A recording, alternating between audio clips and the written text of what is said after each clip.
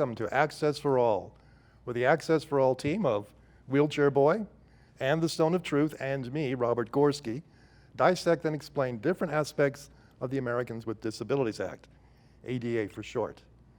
The previous Access for All program discussed the history of accessibility and covered both architectural issues and attitudes toward disability.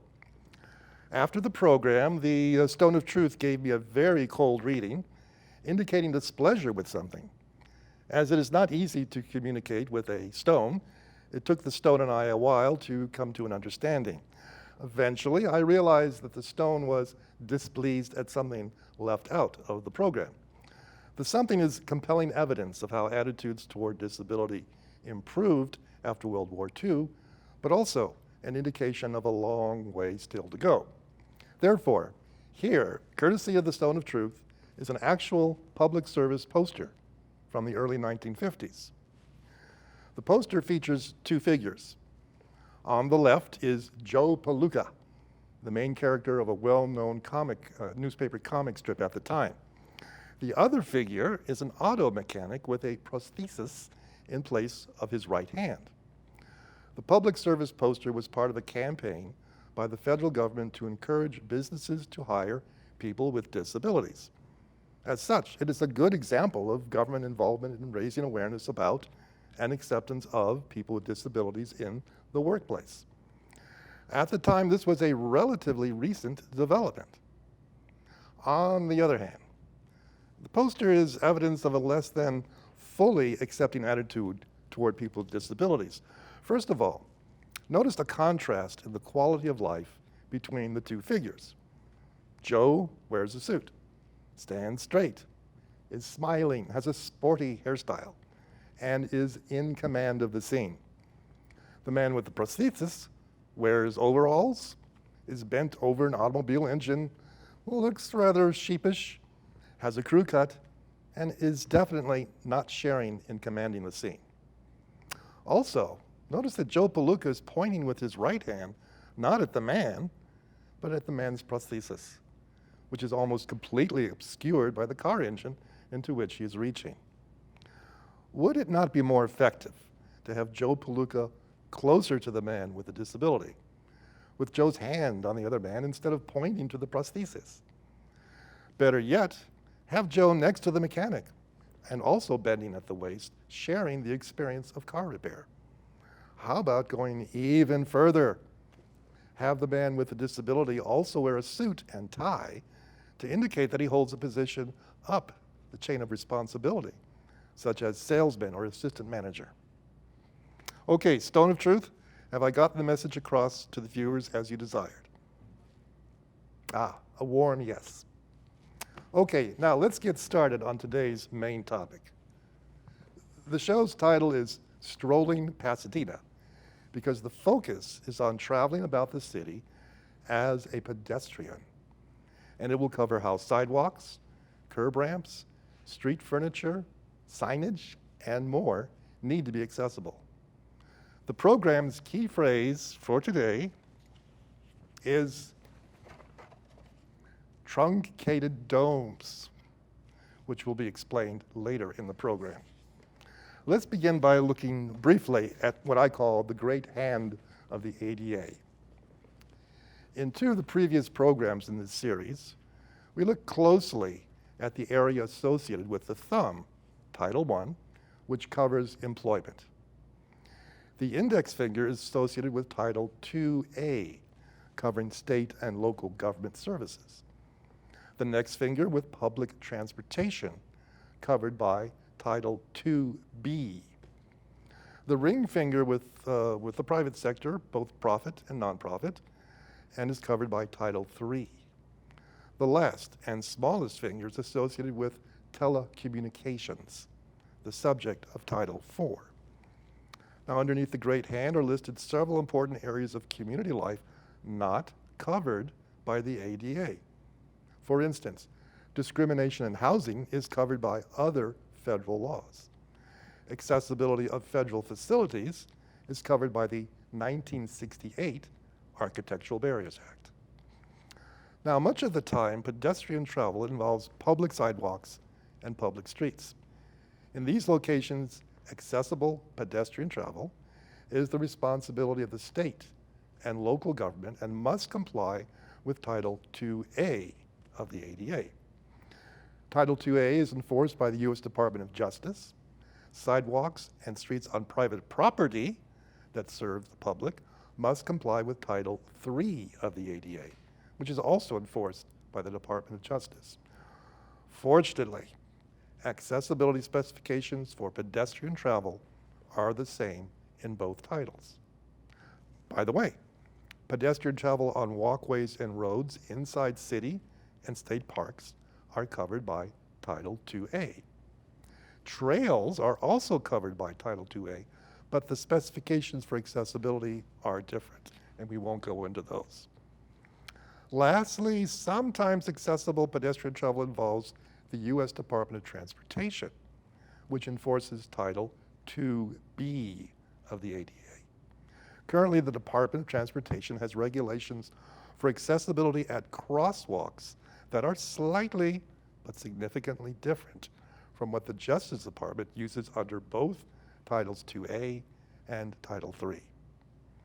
As I said on the very first Access for All, if you understand that the ADA has 5 areas of compliance arranged under 4 titles of the law, you are well on your way to be able to hire yourself out as a consultant. Okay, now in the Department of Justice ADA accessibility standards, the term sidewalks is not really used. Instead, the term pathways is used because the accessibility specifics apply to more kinds of pedestrian areas than just the ones that follow along a street or go through a city park. Therefore, a city sidewalk in Pasadena must comply with the specifics for an accessible pathway. The most outstanding specifics that an accessible pedestrian pathway must have are a firm, flat, and smooth surface, a minimum clear width of 36 inches, at least every 200 feet, an area for 2 wheelchair users going in opposite directions to pass each other, a minimum clear height of 80 inches, limited protrusions from objects from the side, and protection against drop-offs along the edge of the pathway. Now let's take a brief tour, a photo tour, of sidewalks in Pasadena. As we tour, I'll be pointing out the ADA specifications for accessibility and some accessibility issues that are not covered by the ADA. Let's start with photo number 1. This is a model of accessibility. The sidewalk surface is firm, flat, smooth. Good for all types of assistive devices on wheels and for people who ambulate with an impaired gait. This sidewalk goes beyond the minimum of accessibility width required by the ADA. The clear width is actually several times the minimum. There are no obstructions hanging over the sidewalk and none protruding in from the side. And the ability of 2 wheelchair users going in the opposite direction to pass each other is continuous along the entire stretch of sidewalk. Photo number 2. This is a decorative sidewalk with bricks and concrete strips. This surface meets the ADA standards. Nevertheless, while most manual wheelchairs have air-filled tires, which reduce the bumpiness of rolling over bricks, the typical power chair, power scooter, and walker have solid rubber tires. Rolling over bricks and paver blocks causes much annoying vibration. When I stroll over this sidewalk in my power chair, I always keep at least my left or right wheels on the smooth concrete strips. For people who must use a power chair with a highly sensitive joystick or a chin control device, the bumpiness of brick and paver surfaces can be frustrating. Let's move to photo 3. This shows a sidewalk where the adjacent business created a decorative style with a very rough and irregular surface. Strolling over it is ugh. I need say no more. Let's move to photo number 4. Here we have a narrow sidewalk that's barely wide enough for one person using a wheelchair, scooter, or walker. Now, there's no passing area for at least 100 feet. Although this may not violate ADA specifics, strolling along this pathway could be difficult for users with mobility devices. Some wheelchair users might prefer to go into the street. Continuing our stroll through Pasadena, photo number 5. Here, a sign on a pole planted in the middle of the sidewalk obstructs the usable pathway with. A person in a wheelchair will probably go in the street. Photo number 6. This shows an artwork that has, unfortunately, a very sharp edge at the end.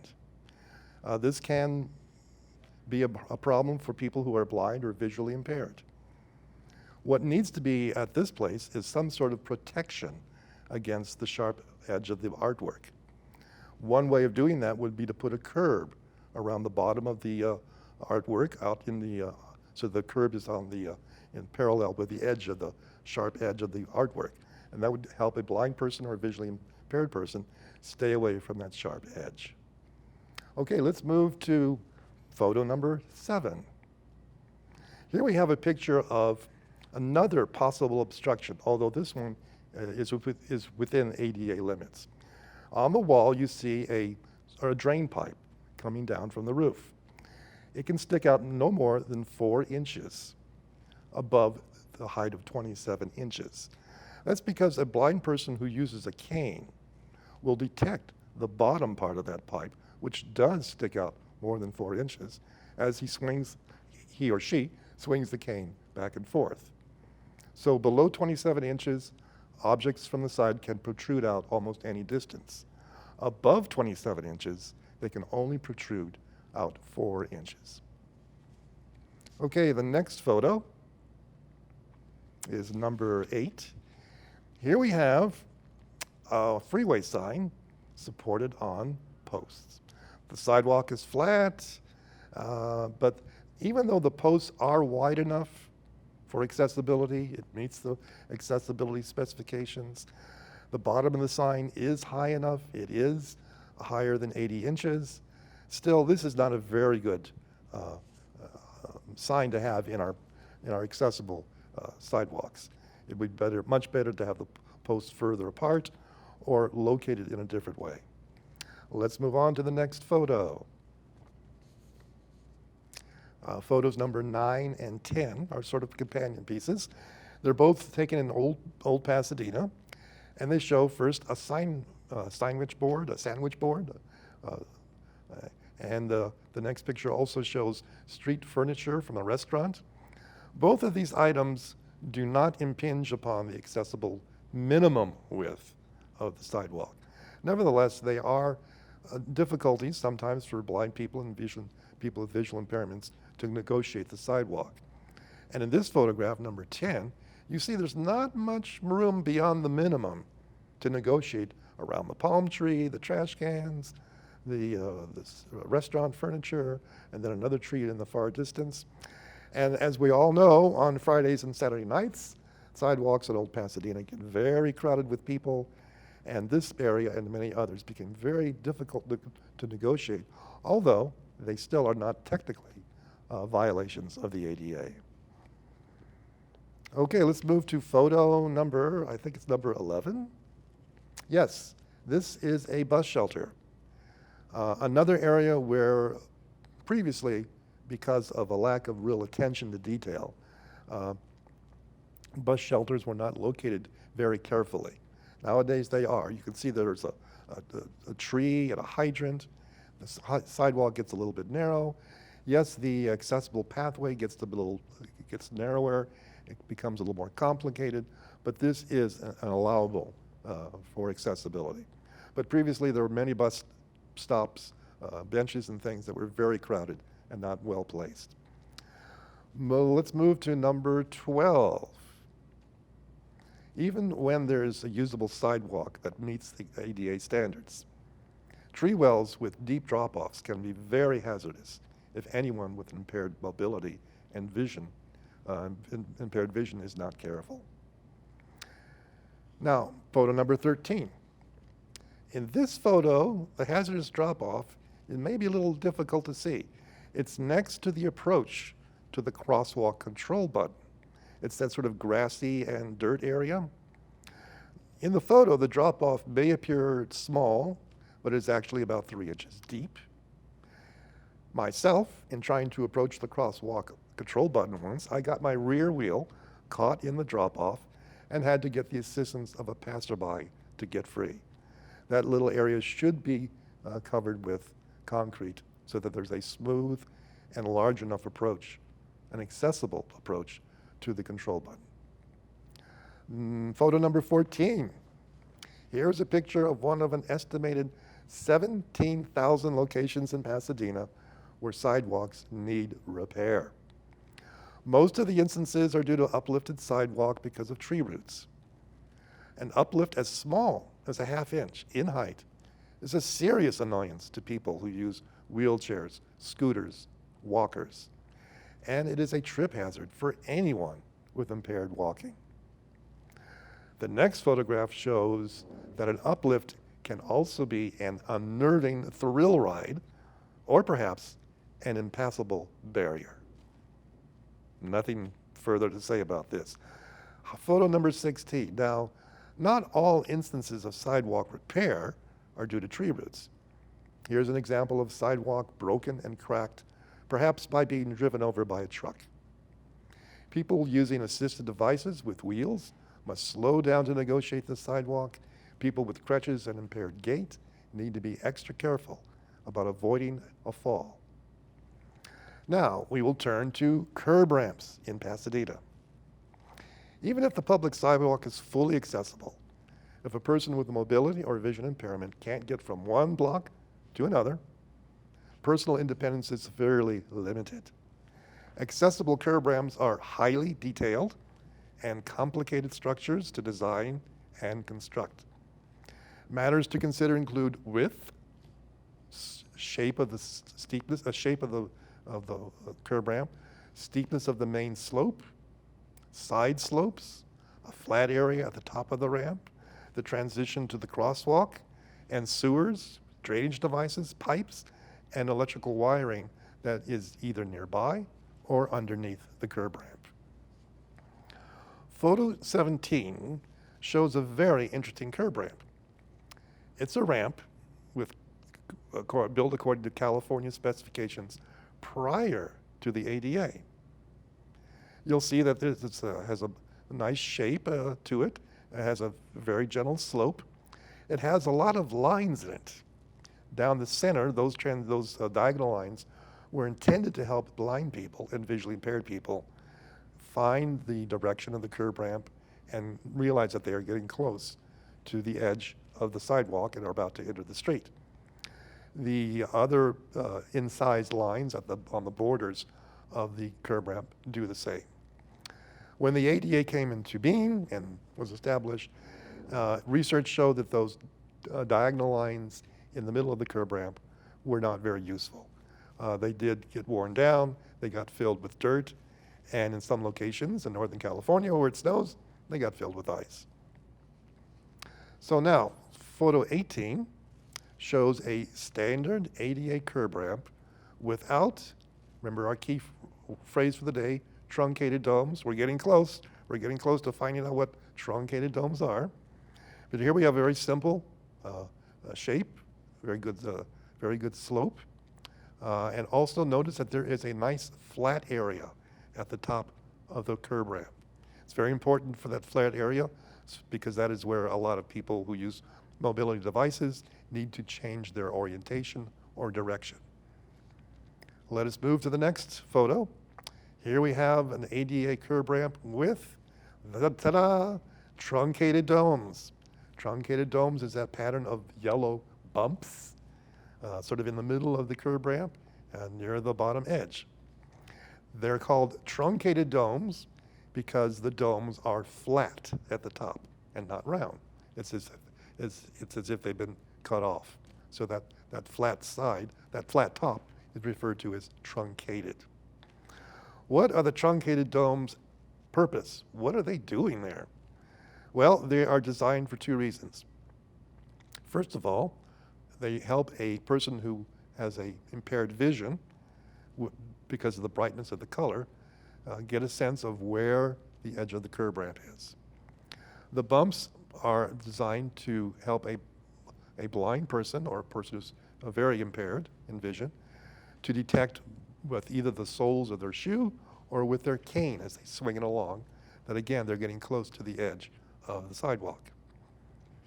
Now this, the truncated domes requirement was in the initial 1991 ADA standard, accessibility standards, but it was put on reserve because it was very controversial. There was a lot of pushback. And a lot of wheelchair users say that the truncated domes impede and interfere with using a wheelchair, especially a manual chair going up the curb ramp. But starting in the year around 2001, the federal government decided that truncated domes were the way to go. So since then, all curb ramps should have truncated domes. They must have truncated domes. Let's move to the next photo, which shows a curb ramp in Old Pasadena that doesn't have the full flat area at the top. Sometimes you just can't retrofit a curb ramp as you would like. At the top of the curb ramp, there is the pillar of the building. It's supporting the building, and it really can't be moved. Let's move to photo number 21. Here we have a ADA curb ramp with no side slopes. It was probably made that way because of the, as you can see, there's a drainage gutter in the sidewalk. On the other side, on the left side, there's probably lots of buried cable for the traffic signs. So it was made very narrow and with a very steep drop-off. I once took a person who was blind to that location and said, "What do you think about this?" And they said, "This is not good. This is very dangerous. I really don't want to be here." Next photo, please. Photo number 22. This is a crosswalk with horizontal stripes, just plain crosswalks. I bring this up because a lot of people say, especially visually impaired people, say it would be a lot easier if all crosswalks had horizontal striping between the vertical stripes. Unfortunately, that's not part of the ADA. You do see it done at some locations. It's sort of a professional decision to do that by the traffic people. So let's move to the next photo. Here is a crosswalk with bricks, very similar to the sidewalk we saw a while back. Don't like it. I always travel either to the far left or to the far right. Next photo, please. I think we're getting close to running out of time, so we'll have to continue our photo tour of Pasadena in our next episode of Access for All.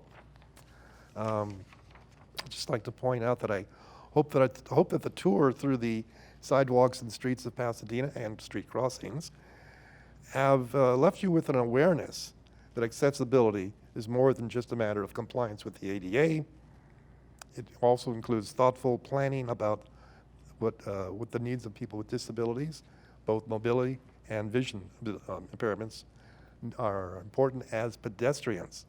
To achieve access for all takes the law, and it takes common sense. It's time to conclude the presentation of this program of Access for All. Remember to tell all friends and colleagues about this program, and that the key phrase for the day is truncated domes, and now you can tell all your friends and family members what truncated domes are.